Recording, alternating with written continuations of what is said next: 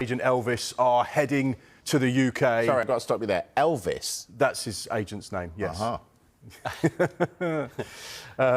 They're heading to the UK tonight, and it's expected he'll go through his Manchester United medical in the next 24 hours.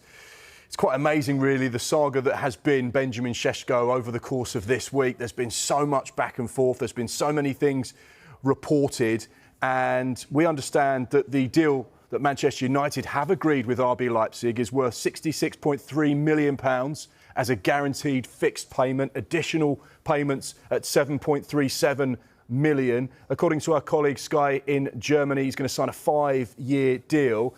And what's remarkable is that offer, that agreement that Manchester United have come to an agreement with Leipzig is actually less than Newcastle's second offer. So therefore, you have to say, once again, frustration for Eddie Howe. They cannot do any more than offer more than Manchester United.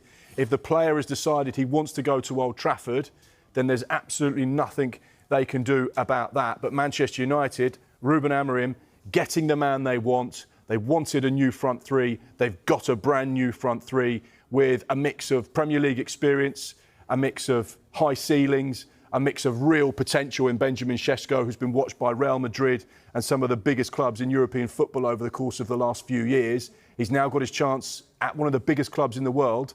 He's now going to be playing at the Theatre of Dreams.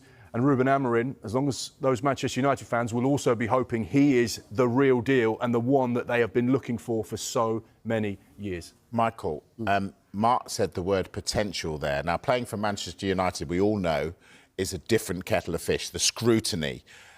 Should United fans be a little bit cautious about the expectations for a player like this? Yeah, potentially 22 years of age. But I think, you know, it's unbelievable to see Man United not in Europe next season. But I just get that feeling it might help them. Just on this, this is a complete reset for Manchester United Football Club. We know Ruben Amorim was a bit against joining the football club midway through the season.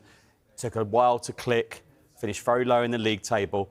But they've got their business, their front three, done early. I see a number of clubs, and I'm thinking you're nowhere near ready to start the season. There's a strong possibility those front three who they've signed, Sesko's obviously on his way now, those front three can make their debuts, league debuts against Arsenal on the weekend, on the opening weekend.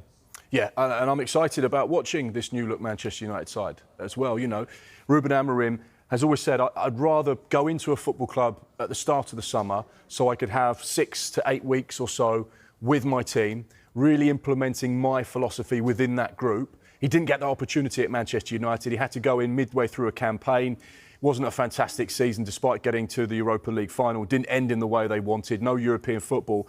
But now he's had the backing of Omar Barada, Jason Wilcox and Sir Jim Radcliffe. There's been a lot of cutbacks at Manchester United.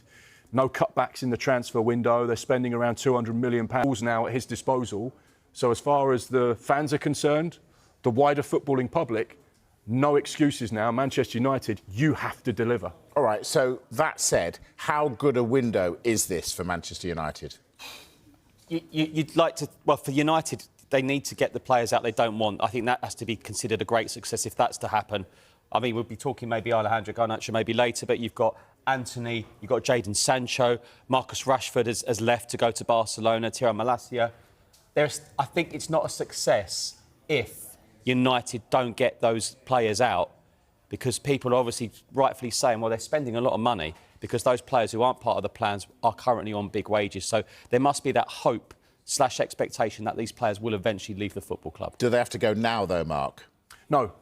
Manchester United have been quite clever in one respect, because when they bought Matheus Cunha, £62.5 million release clause, that was actioned in the previous accounting period before the 1st of July. So therefore, in theory, they have got that outlay, which will be amortised over 5 years, in the previous set of accounts.